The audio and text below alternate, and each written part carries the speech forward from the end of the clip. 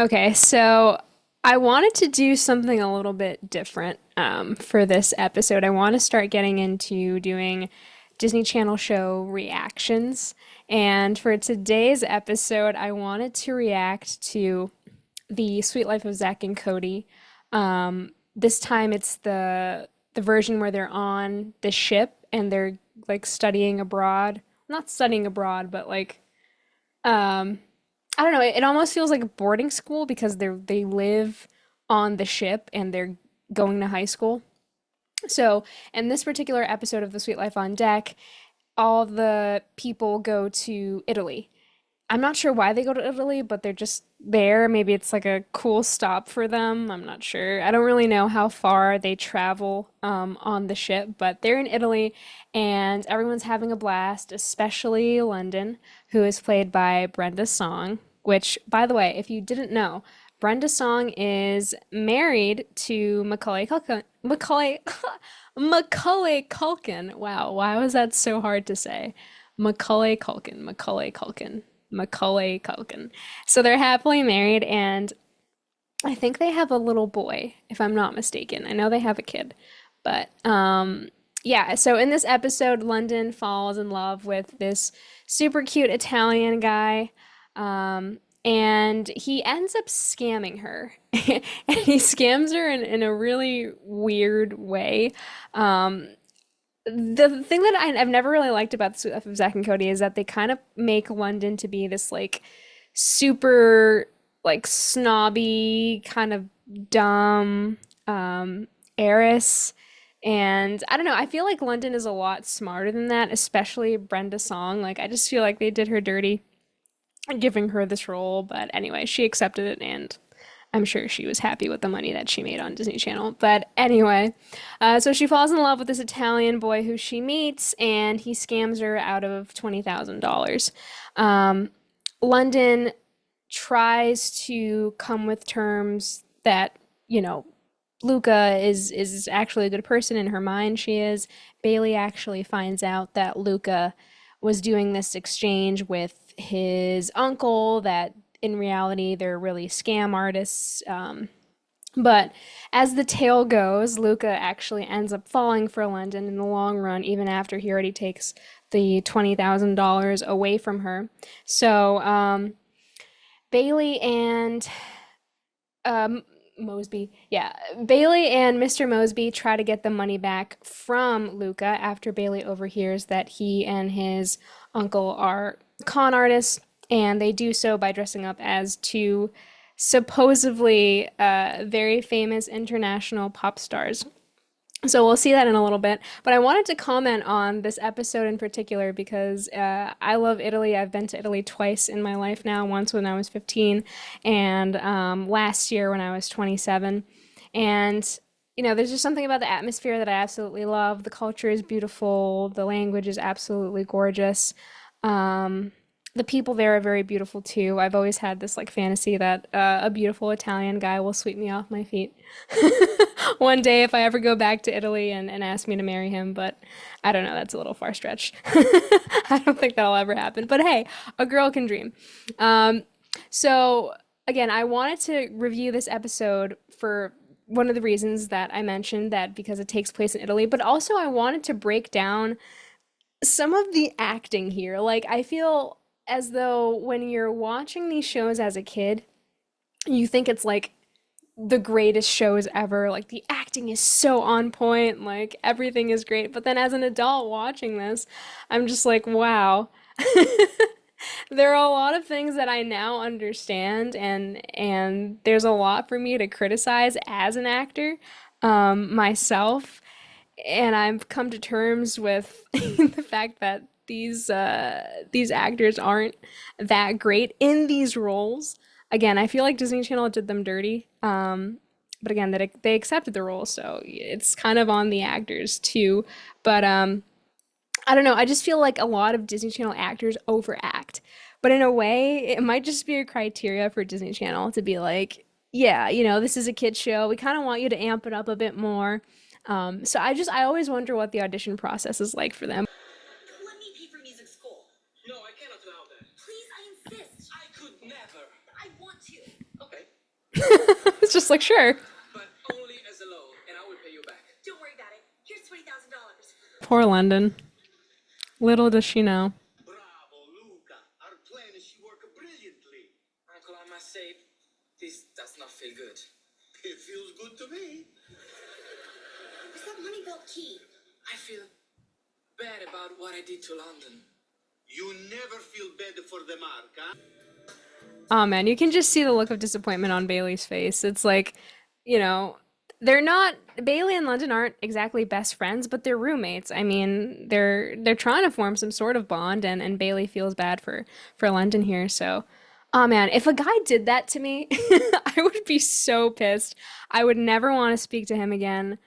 I don't even want to see him in a painting type of format. Like I just don't want to see that person. That communication would be over with and done, and those ties would have been cut so long ago, man. Like if a guy just decides to get your hopes up and use you, and then after he's used you, he just, throws you away as if you're nothing, that guy is not worth your time. That guy is a trash bag and he deserves nothing. That's my point. Those are my 2 cents. Take it or leave it. Just don't let anyone walk over you like that. That's awful. Luca does eventually fall for London and he apologizes and all that, but it's like, come on. No apology can ever fix the wrong that someone has done for breaking your heart and making you feel like absolute crap. Terrible.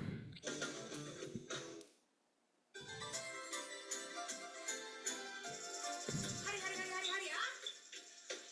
no eating in the kitchen. So we can't eat anything? At the end of each night, if the workers I have not fired, join me for a delicioso meal. That sounds like such a hostile work environment. The workers that I haven't fired, so it's like you fire them on a daily basis. That's awful. So in this bit right here, we got Zach and Cody. Cody is a food aficionado. He's a wannabe chef. He loves to cook, and he's good at doing it. And Zach is just kind of there for the ride. He's just a goofball.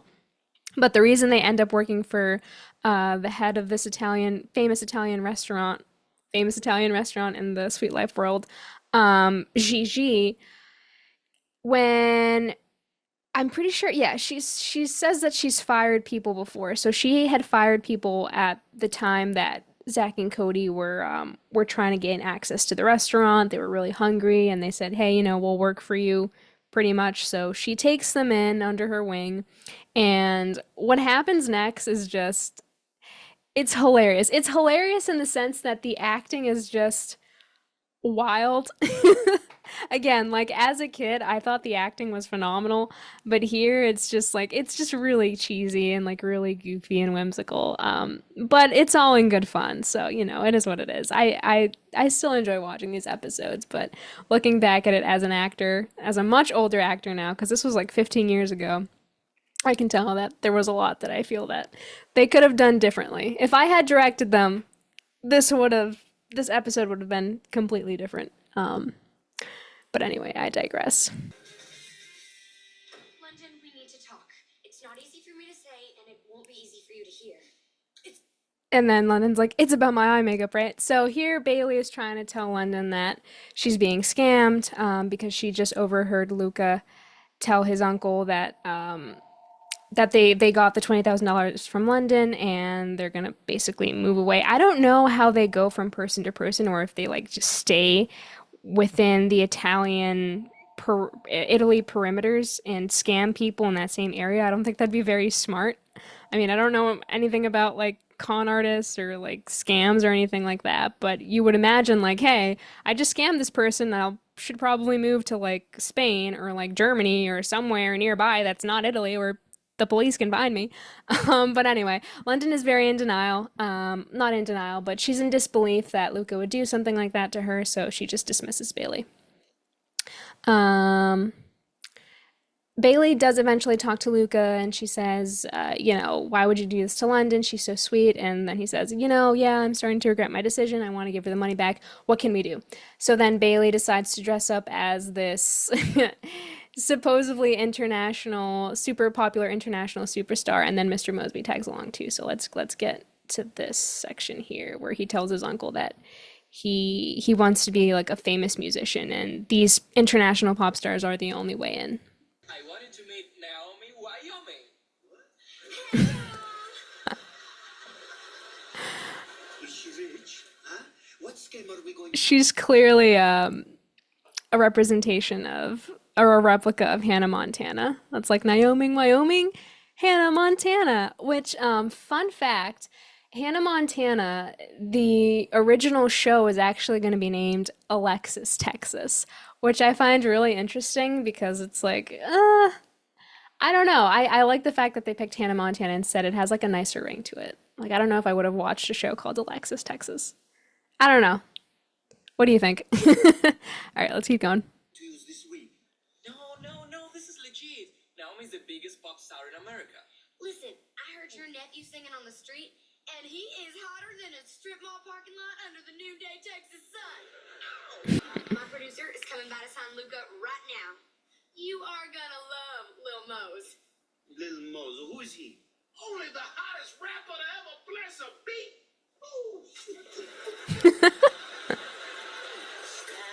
Mr. Mosby, I love Mr. Mosby. You know, he might seem bitter to Zach and Cody, but when you watch this as an adult, you'll understand why he was just so tired all the time, so fed up with people's shenanigans. It's like I just want to do my job and then I just want to take a nap and not have to worry about anything else. The same thing goes with like SpongeBob. Like if you watch SpongeBob as a kid, you would always say things like, why is Squidward such a party pooper? Like, why is he always down in the dumps? He's so boring. He's so sad all the time. And now watching SpongeBob as an adult, it's like, oh, I get it now. I get why Squidward felt the way that he did. He was just so tired all the time, grinding, working that 9 to 5. Just want to live a happy life. So it is what it is, man. But I love Mr. Mosby. He's pretty good. I feel like out of all the actors for the Sweet Life series, I think he was one of the best. Him and I think her name is Kim Rhodes, the lady who plays Zach and Cody's mom. I thought she was a pretty good actor too. I feel like for the adults, they purposely didn't make them like overact, and I don't know why. I just feel like they should have taken that strategy and applied it to the child actors. It's like, hey guys, you don't have to overact. But then again, like I get it's a kid show, so. You make my nephew a big star over dinner at the Gigi's. Get us in there, Lil Mose. Oh, okay. So then he has to pretend to be this like super talented rapper and he just kind of like spits out nonsense and people are like, "Oh my God, this is like the best thing ever." Which again, like as a kid, I was like, "Wow, that those were some bars that he spit." But now watching it as an adult, I'm like, "Oh, I don't think it was that great. It was funny, but it wasn't that great." I don't want to get fired before we eat. I've never eaten at a 4-star restaurant. Oh. She got the coveted 5th star. I want to touch it. Oh man, I remember this. I barely touched it. I felt my dress. Looks like she's back down to 4 stars. Not that I'm surprised with the careless kitchen. One thing I don't get is why is there a huge, like, cylindrical, like, tube of tomato paste or tomato sauce? Like, that's not normal. There's no kitchen on this earth that has that. It looks like it came straight out of Willy Wonka's chocolate factory. Like, they just put a bunch of freaking tomato sauce in there. That's so funny. Oh my gosh. Only Disney Channel. Only Disney Channel would do that, guys. I have no other words for that. And then of course, Cody falls into that because that's the plan. I mean, let's have a huge cylindrical tube full of tomato paste for no reason. Oh wait, there is a reason. We want one of our child actors to actually dive in and get the star. Oh man, he's like, this isn't working. I can't find it. It's too deep. Give me a boost.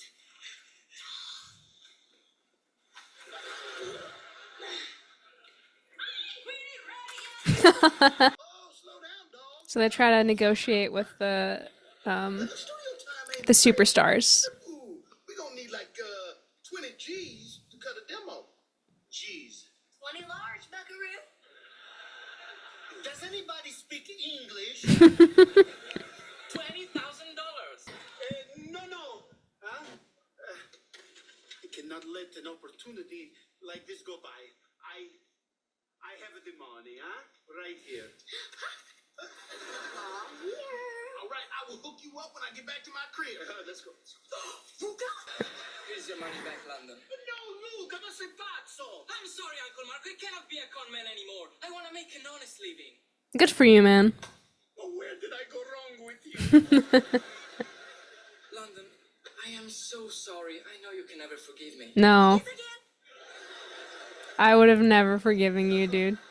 But yeah, it does have a happy ending. But I would have never forgiven that guy. I mean, like, I don't care how many times you say sorry. F you, dude. Like, you are going out the door, out the window. Um, what's that song? It goes, all of the things I used to say. All been in the way. TV shows have gone out the window. I don't know. What's the name of that song? It's gonna be stuck in my. Oh, it's gonna bother me now. I'll look it up. I'll look it up and listen to it, and maybe I'll bring it back up on the next episode. But that's all I have for today. I just wanted to walk down memory lane, and I hope you enjoyed that snippet of the episode, if you want to call it that. Let me know in the comments, like what other episodes, what other Disney Channel episodes, or even Nickelodeon episodes you want me to comment on and walk through. But with that, I will leave you all. Thank you so much for tuning in.